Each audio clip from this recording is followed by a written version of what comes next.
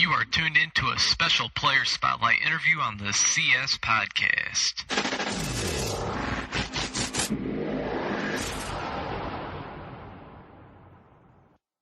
Welcome to another edition of the CS Podcast presented by the NUC NFL Draft Bible, bringing you the names that you need to know first since 2002. Visit NFLDraftBible.com. I'm your guys' host, Chris Shanafelt, and joining the show now for a player spotlight interview is 2016 NFL Draft prospect Jamaal Jones, wide receiver out of University of Montana. Thanks for taking some time today, Jamaal. I mean, can you believe that your collegiate career is all over and now here you are getting ready for an opportunity at the next level? Yeah, it's all over. It went by quick, but, I'm glad I'm in the position I'm in. I can't wait to start moving forward. Absolutely, and obviously looking back, you certainly had a very successful collegiate career to say the least. And I want to take you back quite a few years because before you were at Montana, you were actually at the University of Washington where you spent 2 years, including your redshirt year at. Talk about the whole recruiting process for you coming out of high school. I mean, were you highly recruited? And I mean, it certainly looks that way, seeing as you were at Washington. And why did you feel at the time that UW was the best fit for you? Yeah, during that time in high school, I was being recruited by mainly West Coast schools, but they were all Pac-12, Pac-10 schools at the time. And at the time, I felt like it was the best for me because it was right at home. I felt cool. I felt comfortable with the coaching staff, and honestly, they had been the main coaches I had talked to the most. I hadn't really been talking to any other. I had been talking with coaches, but I hadn't been talking to the Washington coaches as frequently, or any other coaches as frequently as I had been talking with them. So it really came down to me just feeling comfortable, and that's just where I felt. I felt comfortable, and I felt like that was the right place for me at the time. And you did go on to spend 2 years at Washington before making the decision to transfer to the University of Montana. Can you tell us why you decided to make the transfer and what it was about Montana that intrigued you? Yeah, when I first got into UW, I came in with a pretty bad attitude. I'll admit, I don't want to put any blame on anybody else, but I came in with a bad attitude, and I got in Stark doghouse, to say. And as soon as I got on his bad side, I could never get out of it. So eventually, I realized that I needed to go somewhere else if I wanted to play. And one of my coaches that was at UW, his name was Tory Myers. He was a scout team coach, and we had a good relationship while I was there. And he had went to Montana, and he knew about my situation. He knew what I was going through, and he decided to reach out to me and just give me a call and see how things were going. And I told him that they were going bad, and eventually we went through all the paperwork, and that's where I ended up. I ended up in Montana because I felt like that would be the best place for me as far as getting an opportunity to prove to everybody that I could actually play. And it certainly looks like you made the right decision. I got to say, I appreciate the honesty. Most guys would probably dance around it, but you said it straight up. I mean, you had a pretty bad attitude, you said, and obviously looking back, it looks like it could be a blessing in disguise, Jamaal, because you're really able to set the tone and make an impact on the Montana Grizzlies offense really as soon as you arrived. Both you and Ellis Henderson would become one of the best wide receiver duos in all of the FCS, for years to come. That first year of yours at Montana, I see you were able to record 42 receptions, 760 yards, and 3 touchdowns. I mean, the ball was really spread around throughout the offense. Henderson had 43 receptions that season. Cam Warren, 38 receptions that season. So talk about your first year there at Montana. I mean, here you are coming from a big FBS program in Washington. Were you surprised at all by the talent in the FCS? I mean, coming from a big program, were you expecting a big drop-off from the FBS to the FCS? To be honest, I really wasn't sure what to expect. I knew there would be a drop-off in talent, but it wasn't as much as I thought it would. I mean, all the guys in the FCS can play just as hard. All the starters, I'll say that, but the main difference between FCS and FBS is the depth, which is very important, and the interior guys. The interior guys are a lot slower and aren't as big. So that was pretty much the only difference I saw. As far as cornerback-wise and safety-wise, it was pretty similar, maybe except a little size on the corners, too. That was different. Okay, yeah, and you know what? I'll be the first to tell you, man. I absolutely love FCS football, and yeah, there really is a ton of talent in the FCS, in the Big Sky. You know, you got the Missouri Valley Conference. Mm-hmm. I mean, you could just go on and on with the conferences. It's really just loaded with talent. And over the last 2 seasons now, Jamaal, you've really been the leading wide receiver for the Grizz. As a junior, you were able to reel in 67 receptions for just over 1,000 yards and 8 touchdowns.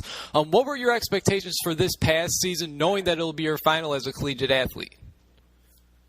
For this past season, I just wanted to show consistency, and just show that I can be great every single game. I know last year, my junior year, I was just learning how to be great. I was just at that point, and it's really just it's been a building process for me. And this past season, I just wanted to show that I can be great every game. I can be the guy to go to no matter who's covering me, no matter who's doubling me, no matter what position I'm in, I'm going to win. And that's just what I wanted to show. And I also wanted to show just a little more big playability and a little more quickness and speed, which I feel like I hadn't shown the past years. And I felt like I did that this year in comparison to the other years.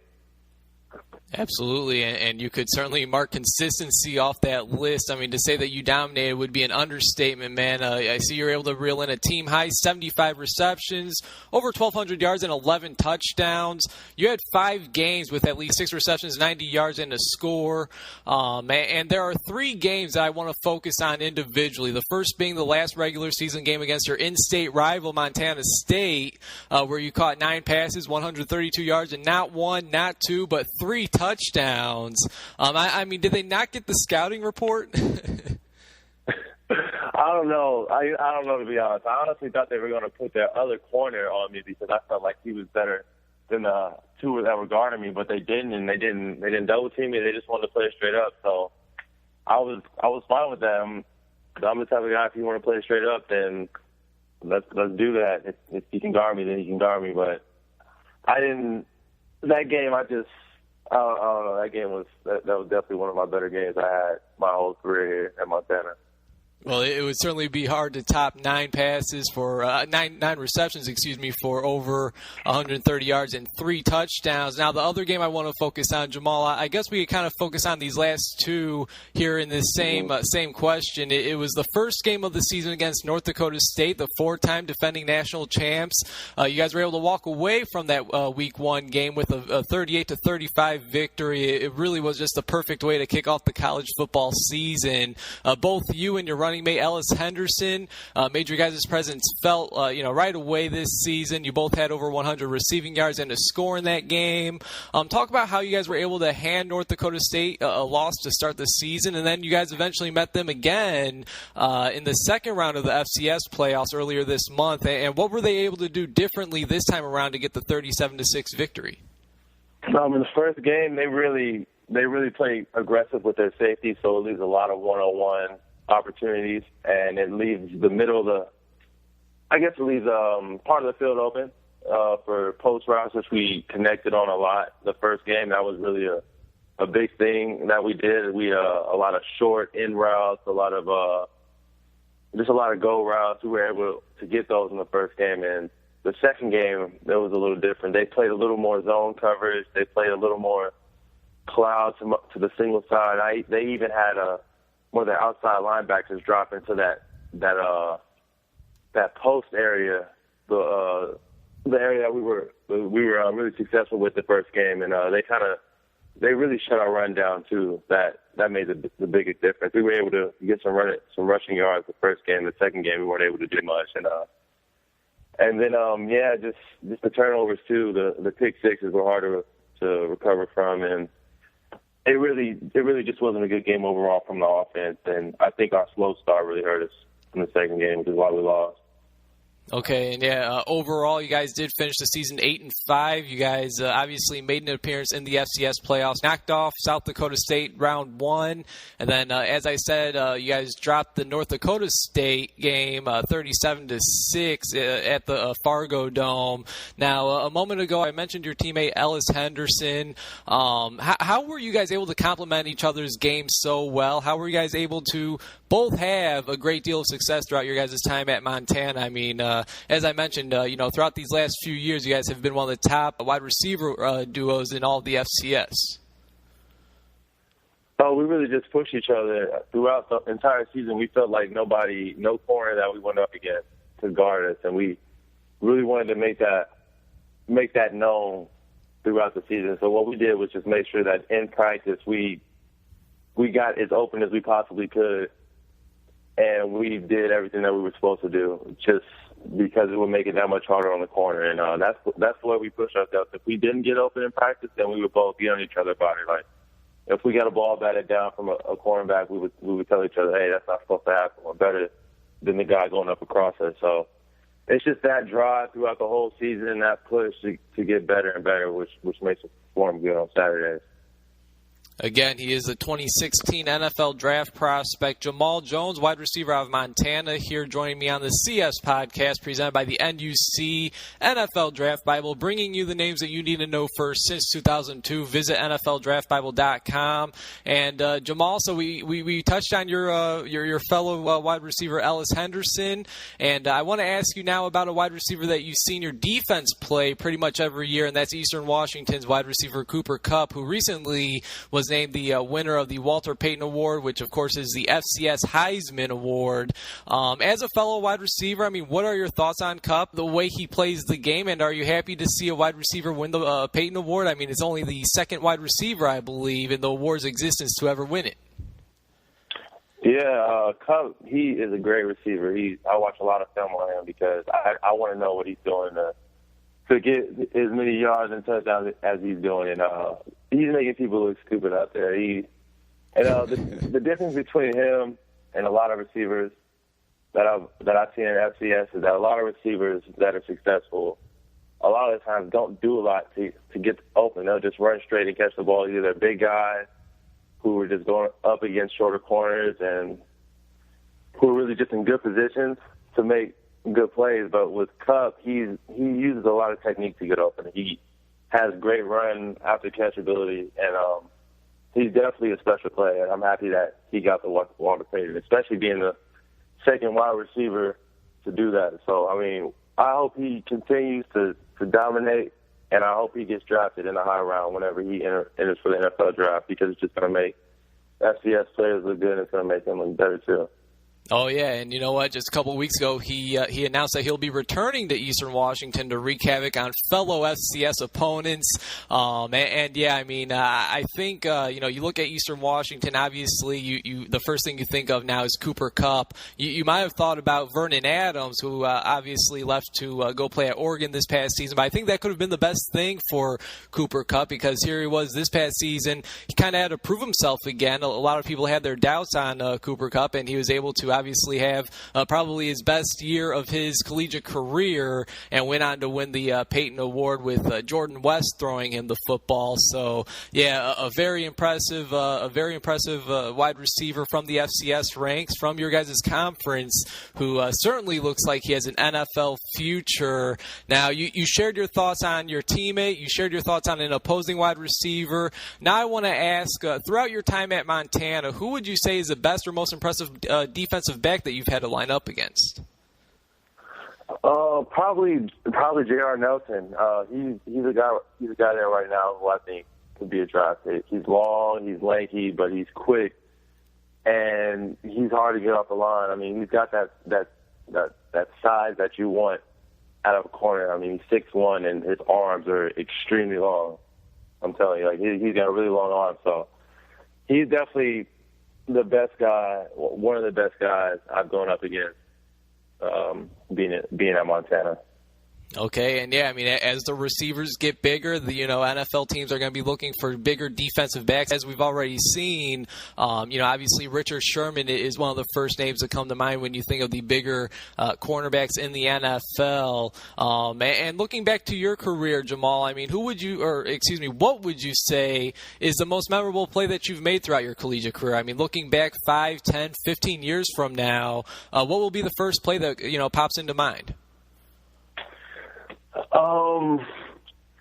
Definitely either one of those touchdowns from the Montana State game. I mean, I was just looking at that game earlier this week, and I was looking at the first touchdown I scored, and how those two guys just completely whiffed and I walked into the end zone. I'll never forget that play. I don't even know how that happened because I was thinking, I didn't really even do much, but they just fell over, and I'm just like, all right, that worked. So, and then the one-handed touch, the one-handed grab I had, and even the one at the end of the game to seal it, where I just outran the safety. I mean, all of those really stick out. Just that entire game in general.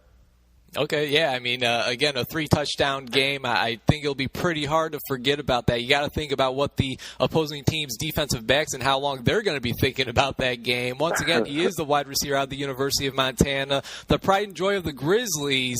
Jamaal Jones joining me here on the CS podcast presented by the NUC NFL Draft Bible as he gets set for the 2016 NFL Draft.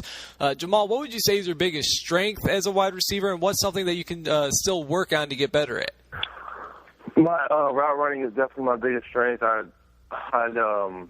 really don't get jammed. I really haven't been jammed at all this year, and that was one thing I wanted to improve on from the previous year, and I felt like I did. And another thing that I need to work on is really my acceleration out of my cuts and out of my moves. That's something I'm going to focus on this offseason.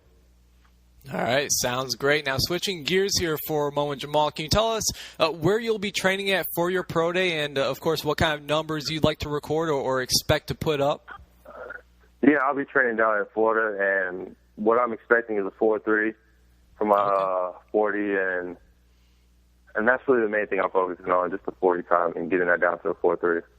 All right, and yeah, it seems like everybody I chat with, especially wide receivers and defensive backs, obviously that 40 time is what's going to stand out the most, especially for like a small school guy like yourself, Jamaal. That could obviously be make or break type number. Obviously 40 times this time of the year, pro days, combines are probably what stands out the most of really any position, but especially for receivers like yourself. Now, I see that the Montana website has you listed at 6'1", 192 pounds. Is that correct? Yes, that's correct. All right, great. So, again, 6'1", 192-pound wide receiver. Now, we're going to end this interview with something I like to call the 2-minute drill. Some of these questions will be football-related, and some will just be random questions. You ready to knock some of these out? Yep, let's do it. All right, first I'll start off with, what is your favorite TV show and or movie?